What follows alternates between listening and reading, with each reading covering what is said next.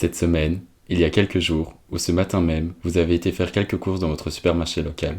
Parmi le rayon de fruits et légumes, vous êtes forcément tombé sur les bananes, jaunes et nutritives à souhait.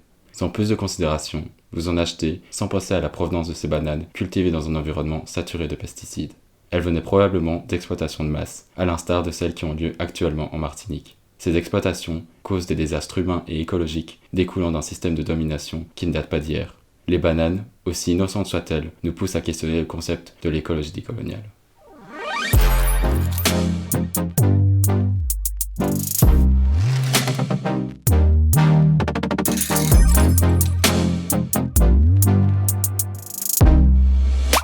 Bonjour à toutes et à tous, vous écoutez L'Humain en droit, un podcast créé par des étudiants, pour des étudiants, mais aussi pour toute personne intéressée par l'actualité analysée sous le prisme du droit. Aujourd'hui, nous aborderons un sujet peu connu, l'écologie décoloniale. L'écologie décoloniale est un courant de l'écologie politique. Développé depuis la fin des années 80 par Arturo Escobar et théorisé par Malcolm Ferdinand en 2019 dans sa thèse Une écologie décoloniale, ce courant lutte contre l'impérialisme, l'extractivisme et le néocolonialisme occidental dans les pays du Sud global et dans les territoires colonisés. La première partie de cet épisode sera consacrée au cadre théorique de l'écologie décoloniale. Ensuite, nous aborderons plus spécifiquement les recherches de la professeure Christine Frison concernant la décolonisation du droit de la biodiversité. Christine Frison est docteure, professeure et chercheuse spécialisée dans les questions environnementales de droit international et en particulier sur les aspects liés à la biodiversité et l'agrobiodiversité. Elle a reçu 4 prix pour ses recherches, y compris une nomination pour le prix ERA pour les générations futures 2019. Sa thèse portait sur le partage équitable des semences agricoles. Il est temps de vous laisser découvrir l'interview de Madame Christine Frison. Bonne écoute!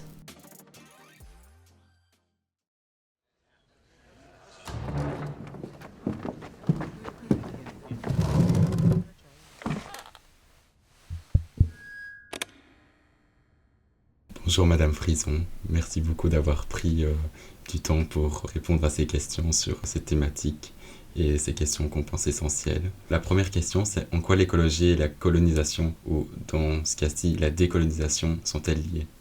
Alors merci beaucoup de me permettre de parler de ce sujet qui est essentiel. Pour pouvoir répondre à cette question, il faut vraiment reprendre un regard très holistique et historique du mouvement de colonisation. Si on repart des années 1400, admettons, prenons comme repère Christophe Colomb, c'est une date que beaucoup de personnes connaissent, la fin du XVe siècle.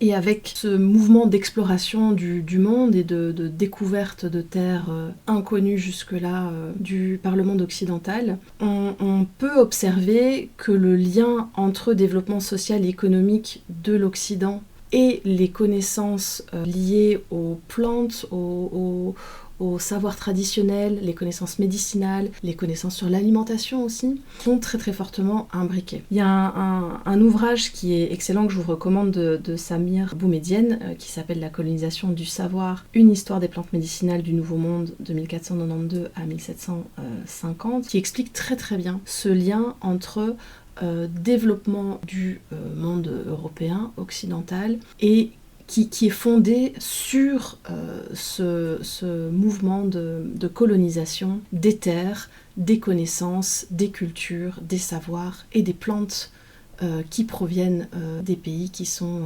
explorés et colonisés. D'accord, merci. Et donc, on voit que vous faites une différence entre écologie traditionnelle et écologie décoloniale.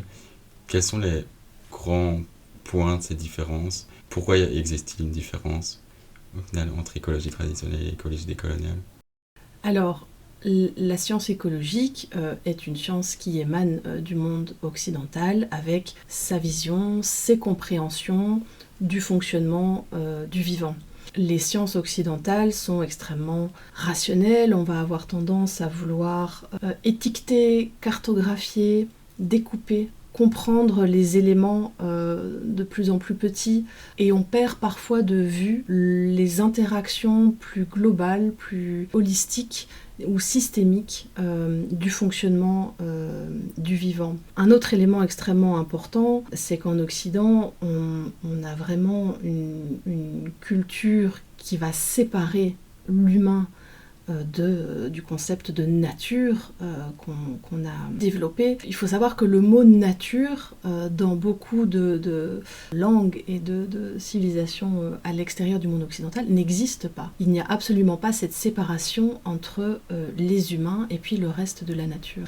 Or, cette séparation, elle est vraiment fondamentale dans le développement des sciences écologiques en Occident. Et donc pourquoi une écologie décoloniale plutôt qu'une écologie traditionnelle ? Eh bien parce que, selon moi, il est essentiel de comprendre d'une part que nous humains faisons partie de cette même nature. Nous sommes un élément vivant parmi d'autres éléments vivants des différents écosystèmes dans lesquels nous interagissons. Et donc on a un impact sur ces écosystèmes et ces écosystèmes ont un impact sur nous, sur notre façon de vivre. Mais si on analyse ces fonctionnements uniquement en pensant l'humain comme élément extérieur à la nature, eh bien ça ne nous permet pas de comprendre pleinement les interactions entre ces différents éléments vivants. Un autre élément important qui différencie l'écologie traditionnelle de l'écologie décoloniale, c'est évidemment en lien avec les rapports de pouvoir des populations européennes occidentales qui ont été colonisées par la force et la violence des populations ailleurs sur la planète, et notamment aussi avec comme résultat de destruction des écosystèmes locaux. Avoir une analyse qui prenne en compte ces rapports de pouvoir, qui prenne en compte l'histoire coloniale du monde occidental dans les autres populations et terres dans le monde, c'est permettre d'avoir une meilleure compréhension du fonctionnement de ces écosystèmes, des interactions qu'il peut y avoir, et donc nous permettre, in fine, de développer des actions, des politiques, des modes différents et diversifiés pour mieux conserver la biodiversité. Énormément d'études ont démontré aussi le lien entre destruction de la biodiversité et notamment de la biodiversité agricole avec les mouvements de colonisation. On impose une façon de faire, un type de culture, une certaine manière de pratiquer l'agriculture en éradiquant les connaissances et les pratiques traditionnelles, et ceci a pour effet de faire disparaître une bonne partie de la biodiversité agricole dans ces espaces et dans ces lieux. Et donc, avoir une analyse décoloniale de ces phénomènes permet de finalement déconstruire ces rapports de pouvoir et ouvrir nos réflexions, les champs des possibles, pour mieux lutter contre l'érosion de la biodiversité et de la biodiversité agricole en particulier, parce que cette érosion est absolument dramatique et met en péril notre capacité à nous alimenter déjà aujourd'hui dans certaines parties du monde et probablement dans les décennies à venir en Europe. Merci beaucoup. Je pense qu'on voit d'ores et déjà pourquoi l'écologie décoloniale est un concept essentiel, quelle en est sa spécificité. Et on se demandait aussi où en sommes-nous finalement dans ce processus, cette nouvelle analyse. On entend parfois les termes de racisme environnemental. Est-ce que, à travers vos projets sur la biodiversité, vous en avez déjà entendu parler ? Est-ce que vous sauriez en dire quelques mots ? Oui, alors jusqu'à présent, je n'ai pas, dans les milieux dans lesquels j'évolue, ce n'est pas un concept qui a transpercé encore, mais c'est vraiment un concept que je trouve particulièrement intéressant. Depuis 20 ans, je suis les négociations internationales sur la conservation de la biodiversité agricole. Donc ce sont des réunions un peu comme les COP climat qui ont lieu tous les ans, où les 196 États parties à l'accord de Paris par exemple se réunissent. On a la même chose, l'équivalent pour la biodiversité agricole. On a des réunions qui se déroulent tous les 2 ans. Et dans ces réunions, les représentants de tous les États au monde presque participent, mais aussi des représentants de communautés paysannes, d'ONG, de sociétés civiles, du monde commercial, les industries, le monde de la recherche. Et dans ce petit écosystème de relations internationales, c'est assez policé en fait. et c'est vrai que le mot racisme, je ne l'ai jamais entendu. Mais par contre, je l'ai très très fort perçu. Depuis 20 ans que je suis de ces négociations, à chaque réunion, je ressors relativement interloquée et parfois choquée de la façon dont la gouvernance interne dans ces réunions se passe, de la façon dont parfois on s'adresse à certains négociateurs ou négociatrices provenant de pays en développement. Et il y a des petites choses qui viennent de façon... ça peut sembler parfois anodin, mais qui pour moi montrent très clairement qu'encore aujourd'hui, en 2024, on a ces rapports et ces enjeux de pouvoir qui jouent très très fort dans ces négociations internationales, alors qu'on a tous et toutes le même objectif. Il faut impérativement conserver cette biodiversité agricole partout sur la planète, parce que si on ne peut pas manger, eh bien c'est la fin de la civilisation. Je vais vous donner un petit exemple. À la dernière réunion à laquelle j'ai assisté l'année passée, un négociateur d'un pays africain expliquait comment il avait été facile pour lui d'obtenir son visa pour assister à la réunion qui se déroulait en Inde, à New Delhi. Or, il faut savoir que la plupart des réunions de négociation se déroulent toujours au siège de l'Organisation des Nations Unies pour l'alimentation et l'agriculture, la FAO, qui se trouve à Rome. Et donc ce négociateur, par là, voulait souligner le fait qu'à chaque fois qu'il doit se rendre à Rome, les procédures administratives pour obtenir un visa sont un réel casse-tête. Et ça, c'est vraiment le signe d'un racisme institutionnel insidieux, qu'on ne perçoit pas, qu'on ne voit pas, mais qui pourtant opère tous les jours dans ce contexte-là, et qui vient évidemment accroître les tensions qu'il peut y avoir entre les négociateurs des pays du Nord et des pays du Sud. Et donc c'est ces petites choses qui montrent que vraiment, encore aujourd'hui, même si on a tous et toutes a priori le même objectif, ce racisme se percole et vient mettre des grains de sable dans les rouages de la machine pour protéger l'environnement. Donc c'est vraiment, je pense, un concept qu'il va falloir creuser de plus en plus et dont on va devoir parler, parce que si on le rend visible, ça veut dire qu'on va pouvoir adresser cette question et peut-être éviter que ça continue à se reproduire. C'est déroutant. Je pense pas qu'on imagine à notre échelle qu'il puisse y avoir de tels dysfonctionnements au niveau international, mais c'est pour ça que votre témoignage est super important. Est-ce qu'il transparaît dans les réunions que vous avez ou dans l'étude des lois que vous faites? Est-ce qu'il y a des moyens de sortie de cette vision occidentalo-centrée? Est-ce qu'il y a des exemples concrets de sortie et de prise en compte de cette écologie décoloniale? Et donc au niveau juridique, au niveau des lois, au niveau de décisions belges et européennes, par exemple. Alors, il y a de plus en plus d'académiques, de chercheurs qui tentent de dénoncer et d'adresser ces questions. Il y a ce groupe de recherche qui émane de l'université d'Harvard vers la fin des années 90 et le début des années 2000, qui s'appelle TWAIL pour Third World Approaches to International Law. Et ce groupe de chercheurs met en réseau des académiques qui proviennent de pays du Sud global, mais également des académiques qui émanent d'une université occidentale, pour réfléchir à cette question de décoloniser le droit international. Il est maintenant aujourd'hui incontestable de dire que le droit est un outil comme un autre pour réglementer la société, et le droit international est un outil qui a permis de faire perdurer une certaine approche, une certaine vision que certains académiques du Sud global considèrent comme étant coloniale, et que donc le droit international serait par définition un droit de type colonial, c'est-à-dire qu'il vient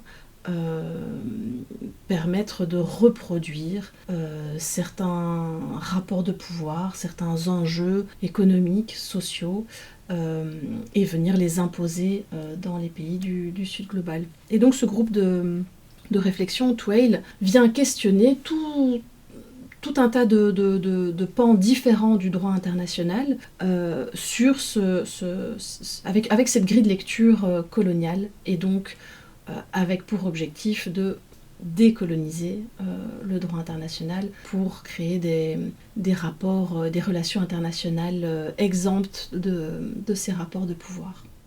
Donc je ne sais pas si aujourd'hui il y a des exemples concluants qui permettent de prendre en compte cette approche décoloniale de l'écologie.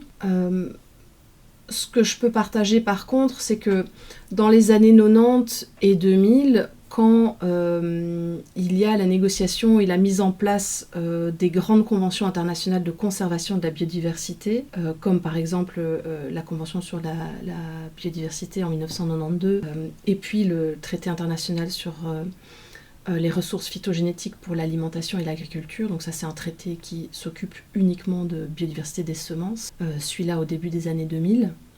Dans ces conventions, il est stipulé dans le préambule et dans certains des articles que on reconnaît l'importance des savoirs dits traditionnels, des pratiques des communautés locales, autochtones, des communautés paysannes, et que ce sont ces savoirs et ces pratiques qui ont permis le développement de la diversité écologique qu'on connaît aujourd'hui.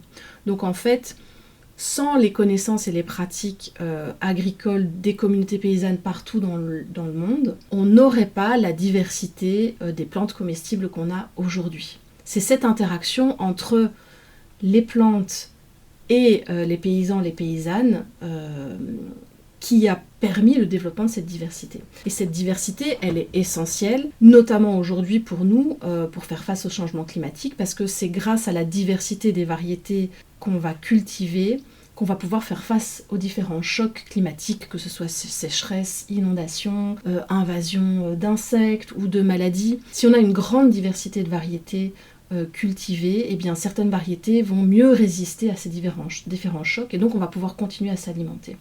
Et donc, dans ces conventions, il y a cette reconnaissance de l'importance de ces pratiques et de ces savoirs. Mais elles sont déjà qualifiées de traditionnelles, ce qui a quand même une connotation un peu dénigrante. Souvent, on va opposer tout ce qui est traditionnel à l'innovation. L'innovation est lui-même un terme qui est très vite accolé au mot technologique. Et donc, on se retrouve de nouveau dans cette scission d'un monde où on a une espèce d'imaginaire, de fantaisie naturelle, avec des connaissances ancestrales, des rites, etc., qui est dépassé, qui a été utile, mais qui aujourd'hui est dépassé. Et face à ça, on a des connaissances dites scientifiques, techniques, technologiques, innovantes. Or, si vous lisez les travaux d'historiens et d'historiennes des sciences, par exemple, et du développement de cette diversité biologique partout sur la planète, on voit bien que ce sont ces communautés paysannes qui, par leurs pratiques, sont extrêmement innovantes et ont des réponses à différentes problématiques dans certaines temporalités, dans certaines localités, et que ces innovations-là, aujourd'hui, pourraient très fort nous être utiles dans les crises qu'on va rencontrer de plus en plus fréquemment. Malheureusement, on reste coincé dans cette scission, cette opposition entre le traditionnel face à l'innovation. Et donc, malgré le fait qu'il y ait cette reconnaissance de l'importance de ces savoirs et de ces pratiques traditionnelles, dites traditionnelles dans ces conventions, le résultat ne permet pas de réellement les prendre en compte, les mobiliser pour aujourd'hui développer des actions et des politiques qui permettent de faire face à l'érosion de la biodiversité agricole. Donc je pense qu'on peut ressortir de ce que vous dites, qu'il y a des opportunités, des perspectives d'avenir, mais qu'on reste quand même sur un certain blocage des institutions qui pourrait remonter un peu sur ce concept racisme environnemental institutionnel dont vous parliez avant, et qu'on reste sur des termes qui sont assez ponctués d'interprétation de ce racisme environnemental aussi. Oui, Après, c'est vrai que récemment, on peut observer quand même peut-être plus de mouvements velléitaires de la part d'acteurs du Sud global. Et peut-être une petite victoire que je pourrais signaler. En 2018, les Nations Unies ont adopté une déclaration qui s'appelle la Déclaration des Nations Unies sur les droits des paysans et des autres personnes travaillant dans les zones rurales. Et dans cette déclaration, il y a une reconnaissance beaucoup plus importante des droits des paysans et des paysannes, de leurs connaissances, de leurs pratiques. On reconnaît le caractère innovant, on reconnaît qu'ils et elles ont le droit de cultiver ce qu'ils et elles souhaitent. Donc là, on voit quand même qu'il y a effectivement peut-être une brèche. Malheureusement, cet instrument juridique est une déclaration. Et donc, en droit international, on distingue les conventions et les traités qui ont une force juridiquement contraignante, une force obligatoire, et les déclarations, qu'on qualifie de soft law ou de droit mou. Et donc ici, la déclaration, elle va être indicative, on va dire. Alors certains États peuvent reprendre des éléments de cette déclaration et venir les intégrer dans leur appareil juridique national, que ce soit au niveau de la Constitution ou de lois qui sont adoptées et qui donc vont rendre contraignant et obligatoire au niveau national le contenu de cette déclaration ou une partie. Mais alors ça se fait au cas par cas. C'est pas un instrument international qui a une force obligatoire pour toutes les parties contractantes. Mais voilà, c'est déjà on va dire un pas dans la bonne direction. Un pas dans la bonne direction et un long processus qui reste devant nous. Je pense qu'on peut passer plus précisément au sujet de vos recherches. Et une question qui nous paraissait essentielle était de vous interroger sur vous-même, sur le besoin dans vos recherches d'une approche décoloniale. On voit que vous vous intéressez particulièrement aux questions de diversité, de savoir traditionnel, même si on ne devrait pas du coup utiliser cette notion de traditionnel. Et donc de quel constat êtes-vous parti? Quelles sont les raisons personnelles qui vous ont poussé vers ces réflexions? Et j'ai cru comprendre que vous aviez aussi certaines réserves sur la légitimité qu'on peut avoir en tant que personne blanche à parler de ces questions. Et donc on se demandait si vous pouviez un peu détailler tout ça. Oui, c'est une question extrêmement importante. Alors pour répondre à la première partie de votre question sur l'aspect peut-être plus personnel, j'ai un parcours de vie qui a fait que j'ai habité dans tout un tas de pays différents pendant mon enfance et mon adolescence, y compris en Afrique quand j'étais petite, puisque j'ai habité la Mauritanie quelques années. Et puis par après, quand j'ai commencé à travailler après mon master, je suis retournée en Afrique pour le programme des Nations Unies pour l'environnement dans le cadre de différentes missions. Et voilà, cette expérience dans différents pays d'Afrique m'a en tout cas ouvert les yeux sur les disparités qui peuvent exister entre comment est-ce qu'on vit en France, en Belgique, en Italie et comment est-ce qu'on vit dans ces pays-là. Et un sentiment assez profond d'injustice et d'incompréhension, de questionnement. Mais pourquoi est-ce que moi qui suis née là où je suis née, j'ai tout, et où les personnes qui naissent dans des pays pauvres, l'Afrique est un pays extrêmement... la Mauritanie, pardon, est un pays extrêmement pauvre. Et je me souviens très bien quand j'étais petite et que je jouais dans le jardin. J'habitais dans le désert, il faut le savoir. Et on avait un jardin, parce qu'on avait un boy qui venait arroser tous les jours, et donc nous on avait de l'herbe, et puis il y avait la clôture, et puis de l'autre côté de la clôture c'était le désert. Et donc rien que ça, c'est extrêmement choquant. Évidemment quand j'étais enfant je ne me rendais pas compte de tout ça, mais aujourd'hui avec mon regard d'adulte et ma grille de lecture de déconstruction, je me rends compte de l'aberration de la chose. Et donc très souvent on jouait avec des enfants mauritaniens qui étaient de l'autre côté de la clôture, et qui n'avaient rien. Et je sais pas si c'est ça qui a fait que j'ai eu très tôt cette envie de me battre pour la justice. Mais en tout cas, je sais que c'est ce sentiment qui a fait que j'ai entamé des études de droit. Parce que je refusais de comprendre ces injustices fondamentales. Pourquoi est-ce que moi j'ai le droit de manger à ma faim et cet enfant pas ? Donc voilà, ça c'est peut-être pour les origines lointaines pour répondre à votre question. Après, pour ici, mon projet de recherche plus spécifiquement, dans ma pratique...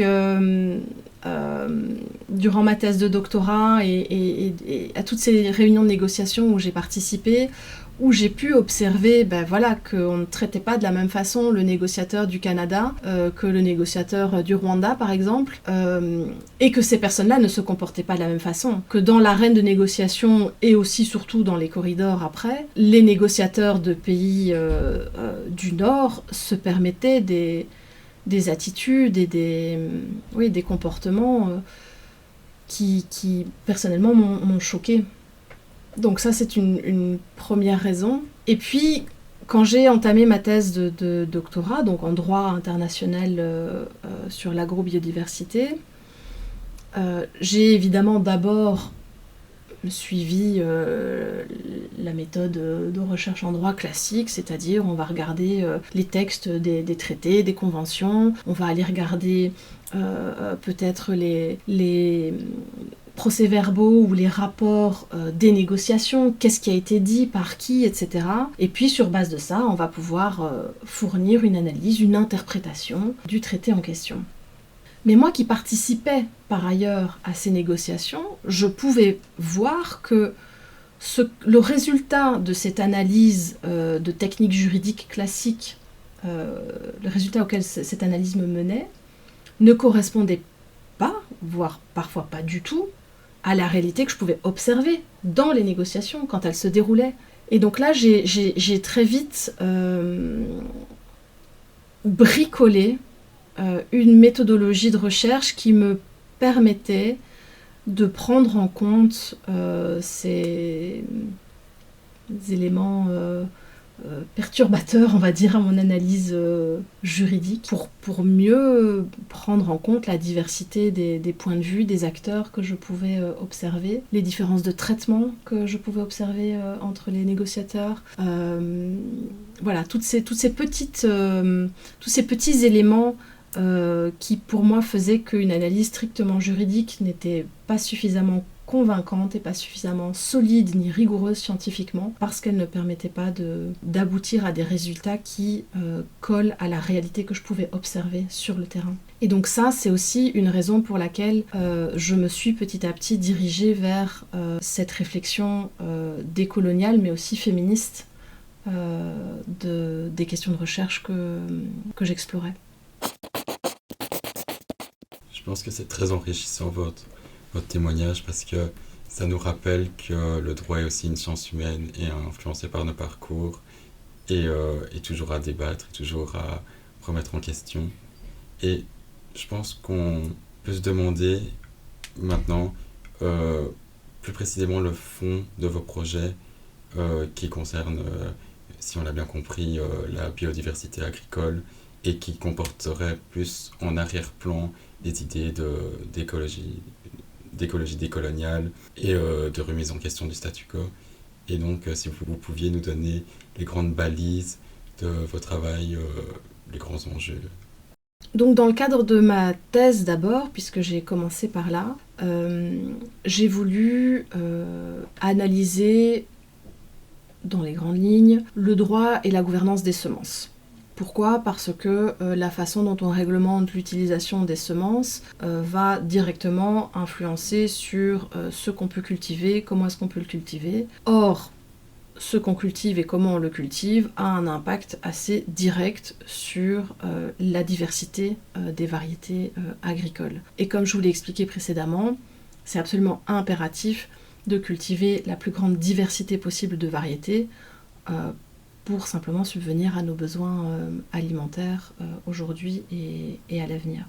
Et donc dans cette étude sur le droit de l'agrobiodiversité, dans les années 80-90, il y a eu un très très grand enjeu, débat entre les pays du Nord et les pays du Sud sur le concept de biopiraterie. Je ne sais pas si vous en avez déjà entendu parler, mais en gros, c'est un très très bon exemple de colonialisme vert, pour reprendre l'expression d'un auteur français qui s'appelle Guillaume Blanc, qui d'ailleurs a rédigé un ouvrage que je recommande chaudement, qui s'appelle L'invention du colonialisme vert. Et donc dans ce concept de biopiraterie, les pays du Sud global dénonçaient le fait que les pays du Nord sont venus dans les pays du Sud, qui sont les pays autour notamment de la ceinture équatorienne, les pays qu'on appelle méga-divers. Donc ce sont des pays qui ont le plus de biodiversité au monde. Et donc les pays du Nord sont venus dans ces pays pour faire des recherches sur des plantes, que ce soit pour l'industrie pharmaceutique, cosmétique, alimentaire, etc. Repartaient dans les pays du Nord avec des échantillons, des connaissances, développaient des produits qui ont ensuite été commercialisés et parfois même en empêchant les populations des pays du Sud de continuer à utiliser les plantes et leurs savoirs traditionnels comme ils le faisaient avant. Je ne rentrerai pas dans cette explication-là, mais c'est lié au droit de propriété intellectuelle, c'est assez compliqué, donc je vais simplement m'arrêter là.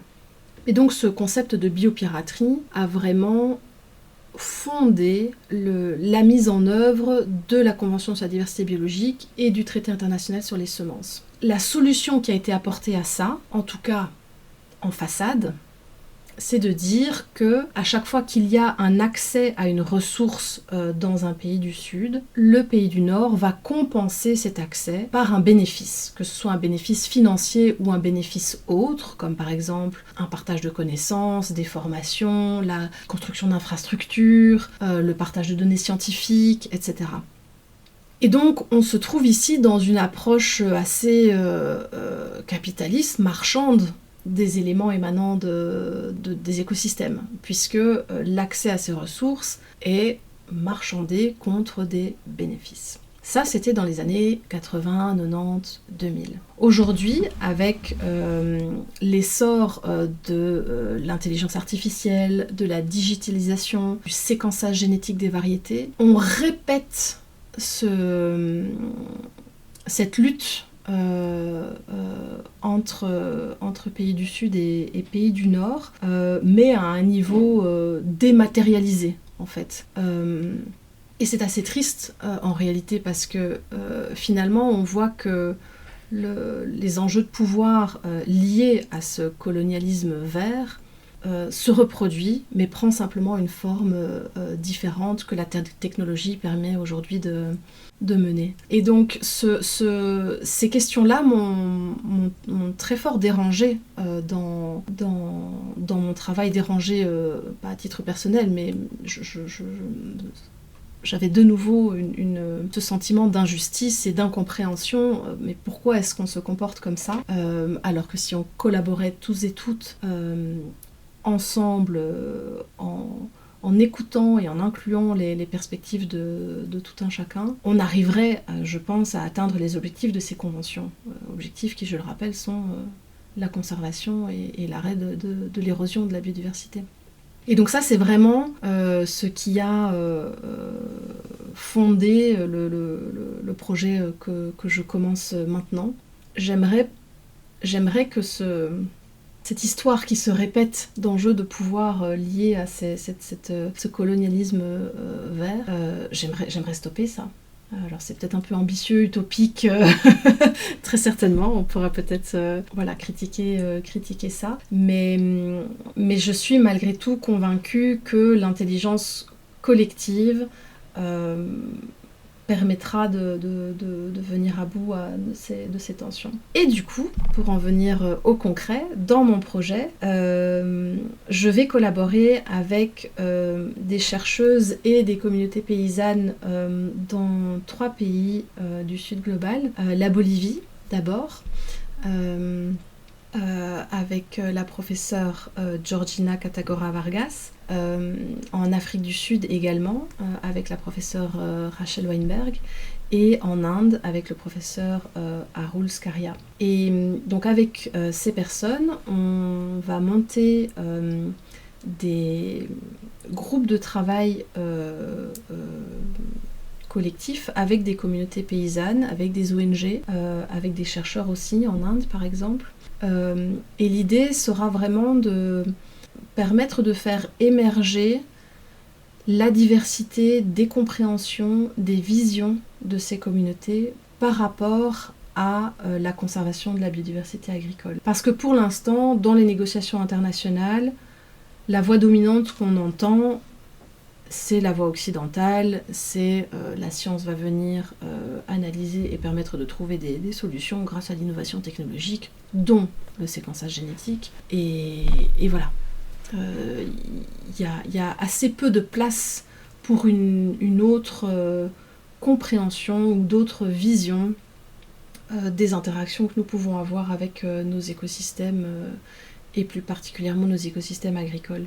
Et donc moi j'ai envie d'aller au cœur de ces pratiques agricoles, d'aller écouter ce que ces communautés paysannes ont à dire, qu'est-ce qui est important pour elles, comment est-ce qu'elles perçoivent les changements dans les écosystèmes, notamment liés au changement climatique, mais pas que, aussi liés à l'imposition du marché globalisé de plus en plus dans les communautés locales. Je voudrais pouvoir faire émerger leurs visions, leurs intérêts, leurs pratiques et faire entrer ces différents points de vue en dialogue avec le monde occidental au sein des relations internationales, avec l'espoir que peut-être ça permettrait d'ouvrir sur des nouvelles façons de réglementer la conservation de la biodiversité agricole. Ce sera certainement pas pour tout de suite, mais je pense que ne serait-ce que le fait de rendre visible le fait qu'il y ait d'autres façons de comprendre le fonctionnement de ce vivant et des interactions de ce vivant, rendre visible d'autres pratiques et faire remonter ça dans l'arène de négociation internationale, je crois que ce sera déjà une belle victoire si on arrive à faire ça. Et donc dans le projet de recherche, évidemment, l'idée n'est pas du tout de perpétrer la recherche scientifique classique. Ces communautés ne sont pas mon objet d'étude. Je ne vais pas dans ces pays avec mes méthodes, mes questions de recherche que je vais imposer. Je vais plutôt y aller et simplement être à l'écoute. Et on va mobiliser une méthodologie de recherche décoloniale qui a été co-créée par des communautés locales en Colombie avec une université colombienne et une chercheuse qui s'appelle Adriana Moreno Celli qui a donc développé cette méthodologie qui permet cette écoute et qui permet de faire émerger ce qu'elles ont appelé les sagesses de ces communautés. Et donc Adriana Moreno Celli va travailler avec moi sur ce projet. Et donc dans chacun des pays où on va co-créer ces connaissances avec les communautés, nous allons engager des chercheurs locaux. Il est hors de question que je vienne avec mon équipe de blancs qui ne parle pas les langues locales, qui ne connaît pas les cultures, pour aller faire de la recherche là-bas et puis repartir chez nous en ayant simplement fait de nouveau de l'extraction de connaissances. C'est vraiment pas ça du tout l'idée. Et donc pour arriver à faire ça, ça va être un challenge parce que évidemment c'est pas du tout la pratique scientifique habituelle. Et pour tenter de mieux le faire, on a également ajouté une lecture féministe ou écoféministe dans le projet, puisque l'écoféminisme permet de décortiquer justement les enjeux de pouvoir qu'il peut y avoir entre homme-mâle sur les femmes, mais aussi sur la nature. Et je pense que la science malheureusement occidentale n'est pas exempte de ces enjeux de domination. Et donc voilà, on va tenter de mixer ces deux grilles de lecture décoloniales et féministes avec ces communautés locales pour ce projet. Et donc la suite ou la conclusion peut-être dans 5 ans, on verra, puisque le projet commence seulement maintenant à l'université de Liège, que je remercie chaudement de m'avoir accueilli pour réaliser ce projet qui est ambitieux et peut-être utopique, mais en tout cas qui me tient vraiment à cœur et qui me booste énormément. Je suis vraiment ravie de pouvoir réaliser ce travail. Mais je trouve votre travail passionnant, en tout cas, et c'est fou tous les motifs et toutes les perspectives et les conséquences que ça entraîne, tous les concepts de sagesse d'une autre communauté, de remise en question, de visibilité, de féminisme aussi. Et ça pose la question, vous avez parlé plusieurs fois d'utopie, d'enjeux de pouvoir, de capitalisme. Ça me pose la question de savoir si le droit est un véhicule au final qui garde le statu quo ou qui aiderait plutôt à décoloniser notre société et les instances de pouvoir. La question est peut-être pas assez nuancée, mais je pense que la réponse pour attendre à l'être. Alors je sais pas, j'ai pas de réponse à cette question. Je pense que les deux sont vrais. Le droit est un outil de domination, c'est un outil de fonctionnement social. Il permet de perpétuer les dominations en place, ça c'est sûr. Maintenant, le droit, selon moi, peut aussi être un outil émancipateur, ça se dit, c'est français ça mais qui permet en tout cas à des communautés ou des groupes de s'émanciper, de faire reconnaître des droits. On voit quand même ces dernières décennies des avancées, que ce soit pour les droits des femmes, les droits des personnes LGBTQI+, le droit des personnes racisées, enfin voilà, on a quand même de plus en plus de moyens de mobiliser l'appareil juridique pour émanciper certaines populations opprimées. Mais oui, j'ai pas de réponse claire malheureusement sur cette question. Après, moi je suis quelqu'un d'optimiste, donc je vais toujours voir le bon côté des choses et me dire que bah oui, si on est suffisamment nombreux et nombreuses à utiliser le droit pour faire le bien, tout simplement, et bien peut-être qu'un jour on aura réellement des droits humains équivalents et réellement mis en œuvre pour toutes et tous partout sur la planète, qu'on aura un respect du vivant non humain, qu'on arrivera à vivre en harmonie au sein de nos écosystèmes. Mais bon, voilà, c'est... Ça reste une question ouverte, mais on a déjà des enjeux de réponse et des perspectives d'avenir. Et je pense qu'on a tous hâte de voir le résultat de vos recherches dans 5 ans. Et est-ce que ça donnera, si on aura des réponses plus définitives ou d'autres perspectives d'avenir. Mais en tout cas, merci beaucoup. Encore d'avoir pris le temps de répondre à nos questions. On en ressort tous très enrichis. Et à la prochaine avec les résultats de vos travaux. Avec grand plaisir. Merci beaucoup à vous et bravo pour votre travail avec ces podcasts. C'est vraiment de l'excellent travail. Je suis ravie d'avoir pu contribuer à ma petite mesure à cela. Merci beaucoup.